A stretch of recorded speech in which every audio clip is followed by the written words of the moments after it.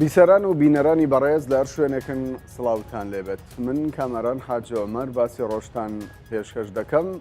باسی ڕۆژ ئەمڕۆ دوو تەوەر شرۆڤە دەکات. تەوەری یەکەممان تایبەت ببێت بە دەستپێکردنەوەی کۆبوونەوەکانی نێوان حزب و لایەنە سیاسیەکانی هەرێمی کوردستان و بۆ قسەکردن لەسەر ئەم ژارش بە شێوەیەکی ڕاستەوخۆ لە شاری خانەقینەوە بەڕێز مەحموود سەنگاوی بەرپرسی میحوەری گەرمەسێری هێزەکانی پێشمەرگەی کوردستان و هەروەها ئەندامی مەکتەبی سیاسی یەکێتی نیشتیمانی کوردستان. بەڕێز مەحموود سەنگاوی بەخێربێن بۆ باسی ڕۆژ. پێم باشە لە سەرەتاوە ئەوە بپرسم، ینی ئەگەر ئێوە پێتان خۆش بێت بە چ سیفەتێک لەگەڵ ئێمە قسە بکەن وەکو ئەندامی مەکتەبی سیاسی یەکێتی نیشتیمانی کوردستان یاخود وەکو فەرماندەیەکی هێزەکانی پێشمەرگەی کوردستان؟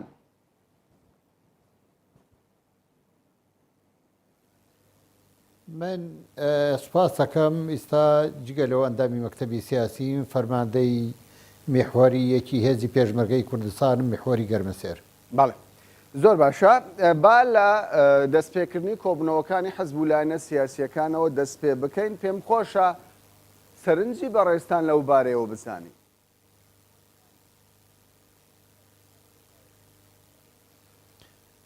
دیارە کارێکی باشە هەر کۆبوونەوەیەک کە بکرێ، بەڵام بۆ ئەوەی کە چارەسەری کێشەکانی هەرێمی کوردستان بکرێ کۆبوونەوەیەکی باشە. هەرچەندێ ئەو بەپێی ئەو هەوڵانەی کە لە میدیاکان و گوێمان لێیە ئەو وەفدانە هاتوون هیچ بەرنامەیەکیان پێ نییە وەکو بەرنامەیەکی دیاریکراو، بەڵام کۆبوونەوەکان بۆ ئەوەیە لەگەڵ هەموو حیزبە سیاسیەکان قسە بکرێ و دوایی بەرنمەیەکدا بڕێژرێ بۆ ئەوەی بتوانن کێشەکانی هەرێمی کوردستان چارەسەر بکەن. من هەر لە یەکەم ڕۆژ کە جەنابی کاک مەسعود پەیامەکەیدا وتم ئەم پەیامە دەرگایەکە ئەکرێتەوە بۆ ئەوی لایەنە سیاسیەکان بچنە ناو دانوستانەوە و دیالۆگ بکەن بۆ چارەسەرکردنی کێشەکانی هەرێمی کوردستان. و لەم سەردەما کە ئێستاکە دنیا و ڕۆژهەڵاتی ناوەڕاست و کوردستانیش بە سەردەمێکی زۆر چارەنووسسازە تێپەڕێ، پێویستە لایەنە سیاسیەکان تەنگبینی حیزبایەتی واز دەبێنن و بیر لە مەسەلەی میلەتەکەمان بکەنەوە و بیر لە خوێنی شەهیدەکان و ئازاری برینارەکانی پێشمەرگە و وەزعی سیاسی ناوچەکە بکەنەوە کە بەڵکو لەم سەردەمە چارەنووسسازە کە باسی دەوڵەتی کوردی و باسی ئازادی یەکجاری میلەتەکەمانەکرێ، هەموو لایەنە سیاسیەکان و میلەتەکەمان بە یەکدەنگ بڕۆنە ناو ئەو پرۆسەیەوە و ئەگەر ئێمە چاومان لە تەنگبینی حیزبی بێ و ئێمە بمانوێ یان هەر بەتەنیا پارتی حاکم بێ یان بەتەنیا یەکێتی حاکم بێ یان هەر لایەنێکی سیاسی بەتەنیا حاکم بێ لە وڵاتەوە بێ حاکمێتی ئەم وڵاتە بایەتە ڕێوە، من پێم وایە ئەوە چارەسەر نییە و ئەوە تێکشکانە نەک سەرکەوتن. بۆیە بەڕای من پێویستە هەموو لایەنە سیاسیەکان وەکو چۆنی ساکە کۆبوونەتەوە باشتر کۆ ببنەوە و ئومێ دەکەم کۆبوونەوەکانیش بە ئامانجی چارەسەرکردنی کێشەکان بێن نەک وەخت بەسەربردن. باشە. دیارە لە کۆنگرە ڕۆژنامەوانیەکەی مەلا بەختیار و فازڵ میرانیدا کۆمەڵی خاڵ خرانە ڕوو و هەردوو لە باسییان لەوە کردکە لەو کۆبوونەوەیەدا ینی خاڵی هاوبەش لە نێوان پارتی دیموکراتی کوردستان و یەکێتی نیشتیمانی کوردستان خاڵی هاوبەشی زۆر بینراوە و لێک تێگەیشتێکی باشش لە نێوان هەردوو لا هەبووە. دەکرێت ئێوە وەکو ئەندامی مەکتەبی سیاسی بەرچاوڕوونی زێدەتر بدەن بە بینەران؟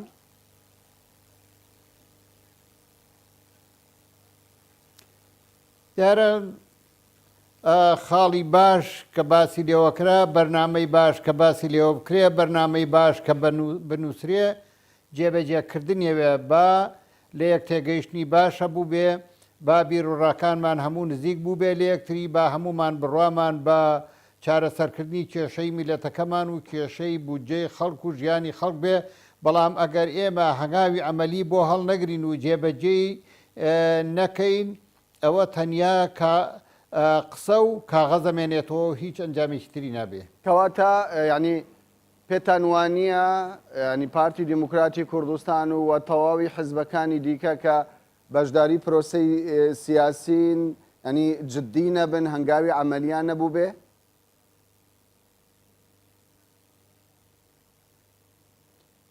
من ئومێ دەکەم هەنگاوی ئەمەلی ببێ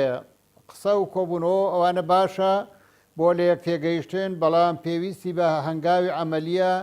و ئومێ دەکەم ئەو هاتوچۆ و دیالۆگ و کۆڕ و کۆبوونەوانە بە ئەنجامەکەی ئەوە بێ کە ئێمە بکەینە هەنگاوێکی ئەمەلی بۆ ئەوەی کێشەکانمان چارەسەر بکەین. باشە زۆر جار باز لەوە دەکرێت کە ینی تەنانەت لە کۆنگرە ڕۆژنامەوانیەکەشدا فازل میرانی باسی لەوە کرد کە هەم لە ڕووی جوگرافی هەم لە ڕووی مێژوویی لەگەڵ یەکێتی نیشتیمانی کوردستان نزیکن وەک ئاماژەیەک کە بۆ ئایندەش زێدەتر دەتوانن لەگەڵ یەکێتی ئیدارەی ئەم وڵاتە بەڕێوە ببن. ئێوە چۆنی دەبینن؟ ئایا دەکرێت مۆدێلی ڕابردوو بۆ ئایندە دووبارە ببێتەوە یەکێتی و پارتی بەیەکەوە؟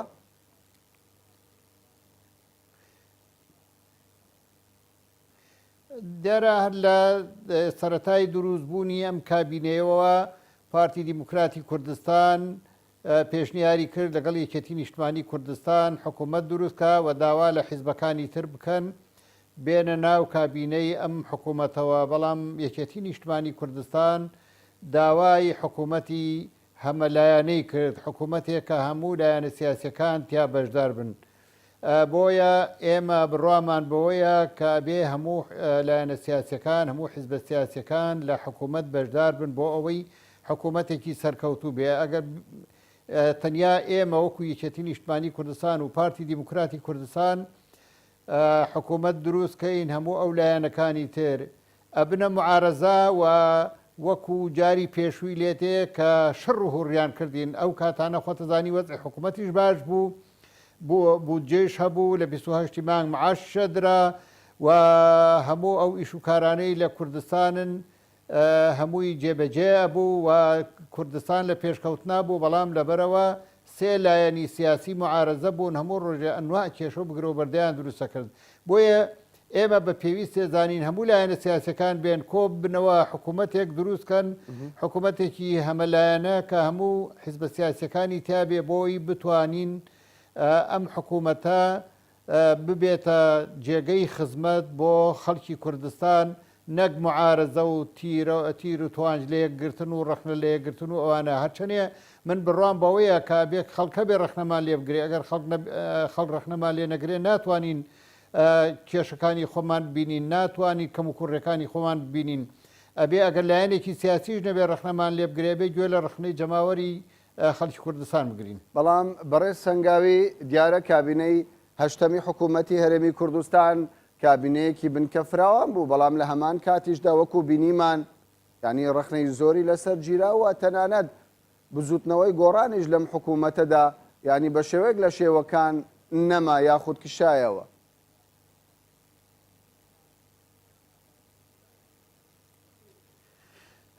ئێمە وەکو یەکێتی نیشتمانی کوردستان خۆشمان ڕەخنەمان لەو حکوومەتە بوو ئێمە پێمان وابوو وەزیرەکانی ئێمە تەنیا دانراون بۆ ئەشەوبیلا و جێگری سەرۆکی حکوومەتکەین ئێمەیە من جارێکیش وتم خوشکێک هەیە محامیە ئەڵێ جێگری سەرۆکی حکوومەت بۆ سەرلەخانن و ئێمە نابێ بۆ سەرلەخانن بەشدار بین لە حکوومەتە ئێمە بێ بە حەقیقەت بەشدار بین لە حکوومەتە لایەنە سیاسەکان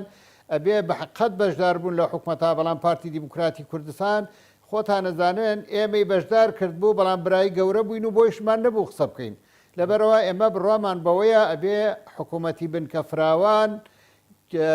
گوێ لە هەموو لایەنەکان بگیرێ گوێ لە هەموو دەساتەکانی حکوومەت بگیرێ وەزیرەکان دەساتی خۆیان هەبێ سەرۆکی حکوومەت دەساتی خۆی هەبێ جێگری سەرۆکی حکوومەت دەساتی خۆی هەبێ نابێ جێگری سەرۆکی هەرێم دەساتی خۆی هەبێ نەک سەرۆکی حکوومەت و سەرۆکی هەرێمی کوردستان و ئەوانە لە ڕێی خوا دەسڵات بدەنە جێگرەکانیان ئەوە پێم وان نییە ئەوە سەرکەوتوو بێوە لەبەر ئەوەی وەزیرەکان هەم ئەوانەی بزوتنەوەی گۆڕان هەم ئەوانەی یەکێتی نیشتمانی کوردستان کە ئیسەی دەسڵاتان هیچ دەسڵاتێکیان نەبووە لەو حکوومەتە و پارتی دیموکراتی کوردستان یەکلایەنەیش و وەزیرەکان و پەرلەمان و ئەوانەی هەموو دەرکرد و من پێم وایە ئەگەر بەو شێوەیە جارێکی تر ئاشت بینەوە و جارێکی تر هەم تێکەچێتەوە و ئەبێ پارتی دیموکراتی کوردستانی بڕوای بەوە هەبێ کە وەزیرێکی دانیا دەستات بداتە وەزیرەکە کە کەسێکی دانیا لە جێگایە لە حکوومەتە دەستاتی بداتێ نەک بێت برای گەورە بێ بۆشی نەبێ قسە بکە. باشە کەوایە ینی پێشتر یەکێتی نیشتیمانی کوردستان هەڵوێستێکی ڕوونی هەبوو بەبێ بزوتنەوەی گۆڕان ئەوان ئامادە نابن بەشداری لە کابینە هێشتەمی حکوومەتی هەرێمی کوردستان بکەن پێت باشە ئێستا یەکێتی بۆ ئەوەی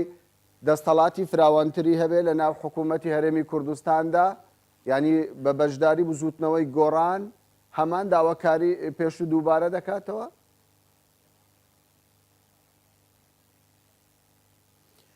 من ئومێ دەکەم هەمومان بەشداری تیا بکەین لە حکوومەتی بنکەفراوانە هەمومان بەشداری تیا بکەین و بە هەمومان هەوڵدەین ئەو بارە لارەی ئستا لە هەرێمی کوردستانە ڕاستی بکەینەوە و هەمووشمان بڕوامان بەوە بێ هەر حیزبێکی سیاسی جەماوەری خۆی هەیە دەسڵاتی خۆی هەیە و هەموو دەسڵاتەکان یەک بگرنەوە بنەی هێزێک بۆ خزمەتی ئەم وڵاتە بە تایبەتی لەم سەردەمە چارە نووسازە کە شەڕی داعش بەرەو نەمانەچێ و دوای ئەوە ئێمە کێشەکانمان قوڵتر بێتەوە و خۆتان نەزانن دوای ئەوە ئێمە لەگەڵ عێراقا کەوینە ململانێ و هێشتانە شەڕی داعش تەواو نەبووە لەم لاولەولا ئەنوا تەسریح درێکە هێزی پێشمەرگەی کوردستانە بێ لە ناوچە داگیرکراوەکان بکشێنەوە کە ئێمە دەریایەک خوێنمان داوە بۆ ئازادکردنی ئەو ناوچانە و من لای خۆمەوە ئەڵێم ئێمە ئومێ دەکەین بە هەموو لایەنە سیاسەکان بڕیاری ئەوە بدەین کشانەوە نییە لەبەرەوە ئەوە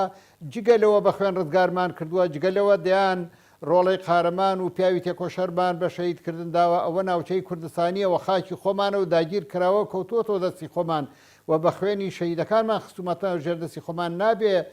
بە هیچ شێوەیەک ئێمە دەستبەرداری ئەو ناوچە داگیرکراوانە نەبین. باشە ئەگەر بەم شێوەیە دیارە ئەمە دروشمی تەواوی حەزبوولانە سیاسەکانی هەرێمی کوردستانە بەڵام ئایا کورد کاری بۆ ئەوە کردووە ئەو ناوچانە لە دەست خۆی نەدا؟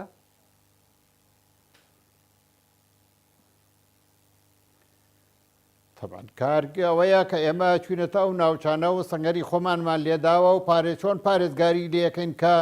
داعش ناتوانێ و نەیتوانی بێت ناوچەکانمان داگیرکە بەڵکو تێکمان شکانن و هەر هێزێکی تریش ئەگەر بێوێ بێ غەدرمان لێ بکە و ناوچەکەمان لێ داگیرکا بێ بەرگری لە خۆمان بکەین. بەڵام پێ دوایە ئەمە مکتەفیە ئەمە ینی تەواوی هەموو مەسەلەکەی بەوەی کە پێشمەرگە وجودی هەیە لە کاتێکدا دەستوری عێراق بازدەوە دەکات دەبێ بەپێی مادەی 140 و ئەنجامدانی ڕفراندۆم ئەو ناوچانە چارە نووسیان یەکلایی بکرێتەوە.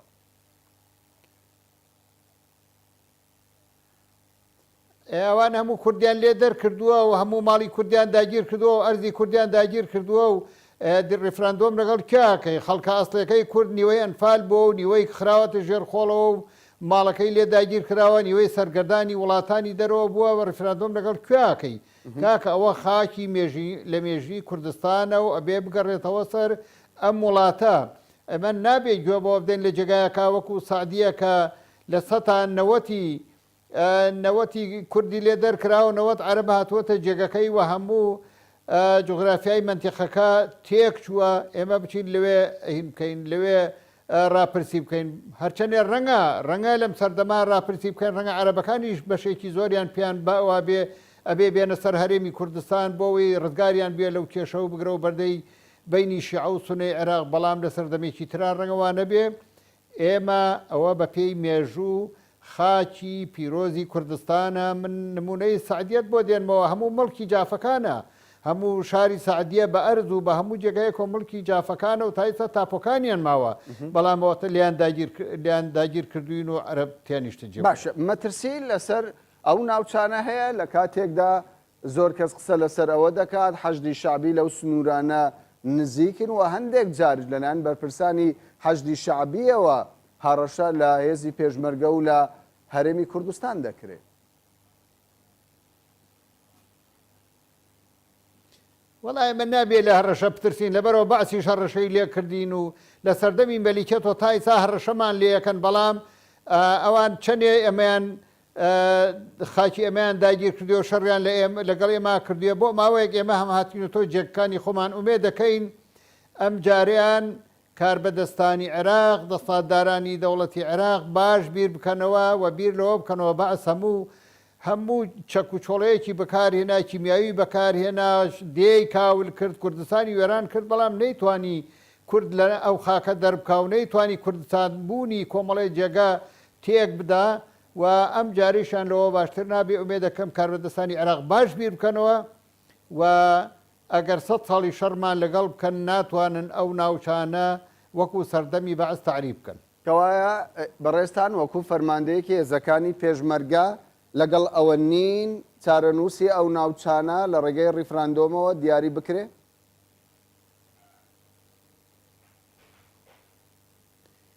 کۆمەڵی جێگای کوردیتیان نەماوە ڕیفراندۆم لەگەڵ چیەکەی؟ بەڵام ئەمە تەنیا ناوچەی گەرمیان نییە دیارە ناوچە کێشە لەسەرەکان زێدەن کەرکووکە ناوچەی دەشتی نینەوەی چەندی ناوچەی دیکە هەیە.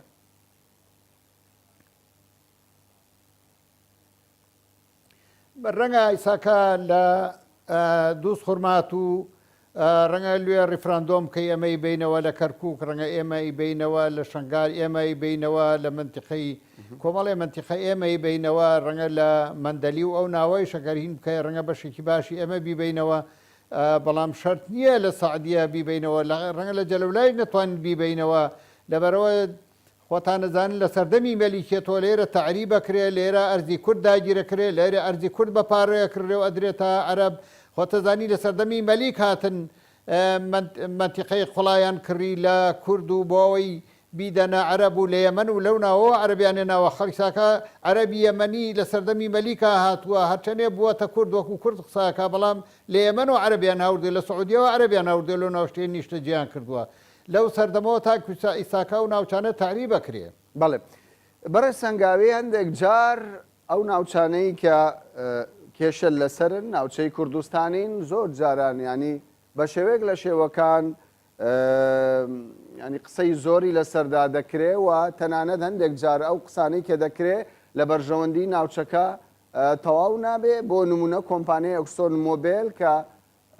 وەبەرهێنانی هەبوو لە ناوچەکەی لە ناوچەی گەرمیان ینی شایەوە بەم دواییانە ئێستاش هەندێک جار جێبستی کۆمپانیای دیکە دەبن بە شێوەکی گشتی دەمەوێت بڵێم ینی کشانەوەی ئەو کۆمپانیانە پێتان وایە ینی ئامانجی سیاسی لە پشتەوە بێ یاخود هۆکاری دیکە هەن.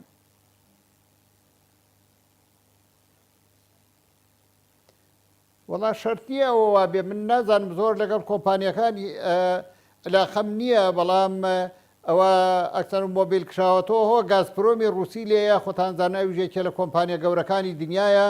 و ئەگەر مەسەلە خەتەر و ئەوانە وایە گازپرۆمیش بکشایەتەوە بەڵام بۆتە گازپرۆم ئیش و کاری خۆیەکە دەیان کۆمپانیای تر هەیە ئیش و کاری خۆیەکە نازانم ئەوە من تا ئیساکە زۆر لەو کۆمپانیانە لەگەڵ کۆمپانیا شتاوەنە علاقەم نییە و لیان ناپرسم بەڵام بیستومە لە ڕێ میدیاکانەوە کشاوەتەوە. باشە هەندێک جار لەملا و لەولا هەڕەشە دەکرێ لە ڕاگررتنی هەناردەکردنی غاز یاخود لە هەناردەکردنی نەوت ئەمانە کاریگەری بە بۆچوونی ئێوە دەبێ لە ئایندەدا یاخود بووە؟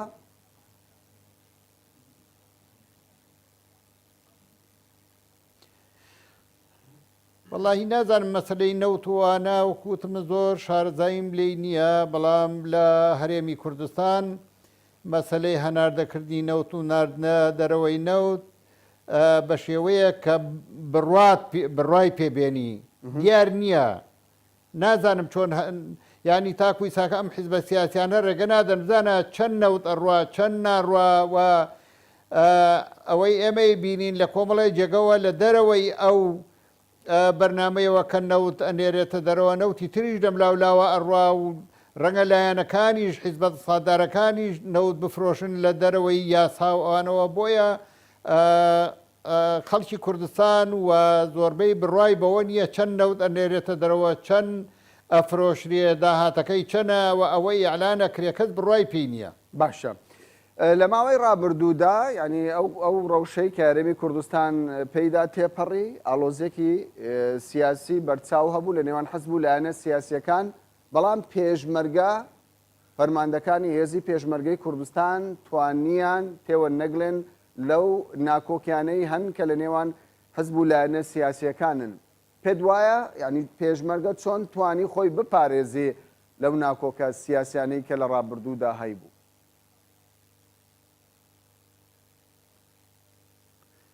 خۆشببختانە ئێمە من خۆتەداین لە چەندین قسەکردە لەگەڵ رادیۆ تەلەڤیزیۆنەکان باسی ئەوەم کردووە و تومە دەکەم هەموو لایەنە سیاسیەکان وەکو هێزی پێشمەرگەی کوردستان وابن لە سەنگەرەکانە کە ئەچی نازانی کامیان سەر بە پارتیە، کامیان سەر بە یەکێتیە، کامیان سەر بە لایەنە سیاسیەکانی ترە، لەبەرەوە ئەو کێشانەی ئەو کێشە سیاسیانەی کە لە هەرێمی کوردستان هەیە یان لە داخلی حیزبەکان هەیە نەچوەتە ناو هێزی پێشمەرگەوە و هێزی پێشمەرگە ئەرکەکەی خۆی وەکو پارێزەری سنوورەکانی هەرێمی کوردستان، پارێزەری بەرەکانی شەڕ، پارێزەری کەرامەت و حورمەتی ئەم میلەتە یەکپارچە و یەکدەنگن، مەگەر کۆمەڵێ خەڵک کاوانە ڕەنگە لە ڕووی هێزی پێشمەرگەوە خۆیان زەعیف بن بیانوێ بە دروستکردنی کێشە لە ناو هێزی پێشمەرگا سومعی خۆیان بەرزکەنەوە جنە هێزی پێشمەرگە یەکپارچەیە و یەکدەنگە و هێزی پێشمەرگە هێزی خەڵکی کوردستانە. ئومێ دەکەم ڕۆژێ لە ڕۆژان هێزی حیزب نەمێنێ بە کاملی بێتە سوپای پارێزەری ئەم وڵاتە. باشە. بەڕێز سەنگاوی ئەگەر بگەڕێینەوە سەر کۆبنەوەکانی حزب و لایەنە سیاسەکانی هەرێمی کوردستان، ینی جارێکی دیکە بازدەوە دەکەمەوە کە هەرچەندە مەلا بەختیار باسی لەوە کرد خاڵی هاوبەش زۆرن لەگەڵ پارتی دموکراتی کوردستان تاوەکو بەیەکەوە پرۆژەمان هەبێ، بەڵام خاڵی ناکۆکیشەن. ئێوە لەگەڵ پارتی لە چێوە ناگەن بە چارەسەر، ناگەن بە دەرەنجام؟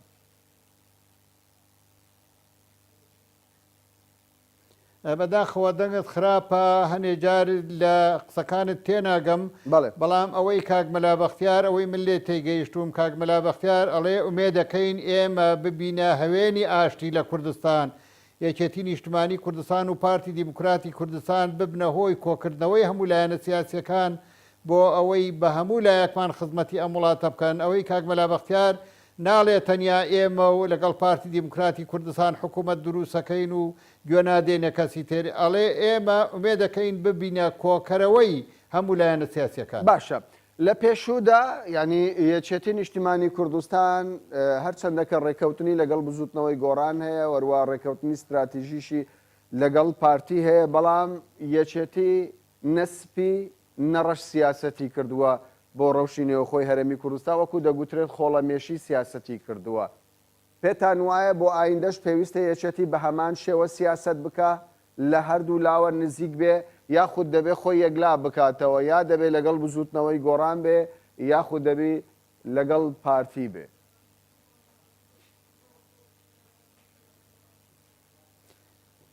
نە پارتی دیموکراتی کوردستان دوژمنی ئەم وڵاتەیە و نە بزوتنەوەی گۆڕانی دوژمنی ئەم وڵاتەیە کە ئێمە لەگەڵیان ئەگەر عەلاقەمانە بێ حرام بێ. ئێمە پێمان وایە یەکێتی نیشتمانی کوردستان ئەبێ لەگەڵ هەموو حیزب و لایەنە سیاسیەکان بینی باش بێ و لەگەڵ هەموو دەوڵەتانی چواردەوریش بینی باش بێ، لەبەرەوە ئەو بین باش بوونە و ئەو لە یەک تێگەیشتنەم پێم وایە خزمەت بە ناوچەکەکە، خزمەت بە هەرێمی کوردستانەکە و دوژمنایەتی و دژایەتیکردنی هەر لایەنێک خزمەتمان پێ ناکات. باشە. فازڵ میرانی بە ئاشکرا باسی لەوە کرد بەبێ یەکێتی نیشتیمانی کوردستان پرۆژەمان نابێ بۆ حزب و لایەنە سیاسیەکانی کوردستان. ئێوە وەکو یەکێتی نیشتیمانی کوردستان کە پارتی ڕای ئێوەی وەکو دەبیندرێ ڕای ئێوەی زۆر بەلاوە گرینگە، ئێوە چۆن مامەڵە لەگەڵ ئەم جۆرە سیاسەتەی پارتی دەکەن؟ ئایا ئێوە دەگەڕێنەوە بۆ بستنەوەی گۆڕان لەگەڵیان دادەنیشن تا بەیەکەوە پرۆژێکی هاوبەشتان هەبێ، یاخود وەکو یەکێتی پرۆژێکی سربەخۆتان دەبێت؟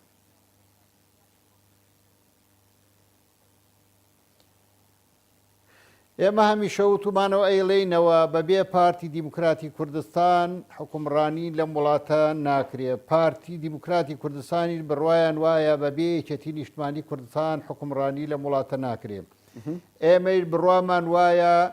بەبێ لایەنە سیاسیەکانی تر هەر حکومڕانیەک لەم وڵاتە بکرێ حکومڕانیەکی سەرکەوتوو نابێ مەگەر حکومڕانیەکی ئیستبدادی بێ کە بە کوتەک خەڵک بێریتە ژێربار کە ئەوە لە دنیا باوی نەماوە. ئێمە بڕوامان وایە بێ لەگەڵ پارتی دیموکراتی کوردستان و لەگەڵ لایەنە سیاسیەکانیش و ئێمە وەکو یەکێتی نیشتمانی کوردستان ببینە هەوێنی ئاشتی بۆ ئەوەی هەموو لایەنە سیاسیەکان لەسەر مێزی مفاوەزات کۆ بکەینەوە و بگەینە نەتیجەیەکی باش کە خزمەت بە وڵاتەکەمان. زۆر باشە، ئەمە دوا پرسیارم دەبێ، ینی بەڕێستان گەشتبینن لەوەی لەم کۆبنەوانەدا دەرەنجامی باش دەستە بەر بخرێ لە بەرژەوەندی گشتی خەڵکی کوردستان بێ؟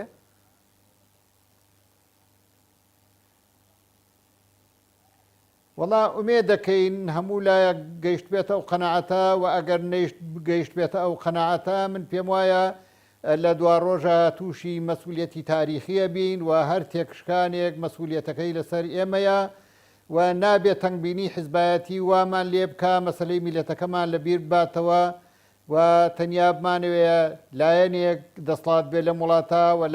لایەنێک حاکمی ئەم وڵاتە بێ وەلایەنێک بە کوتەک دەسڵاتی خۆی بسەپێنێ بەسەر ئەم وڵاتە.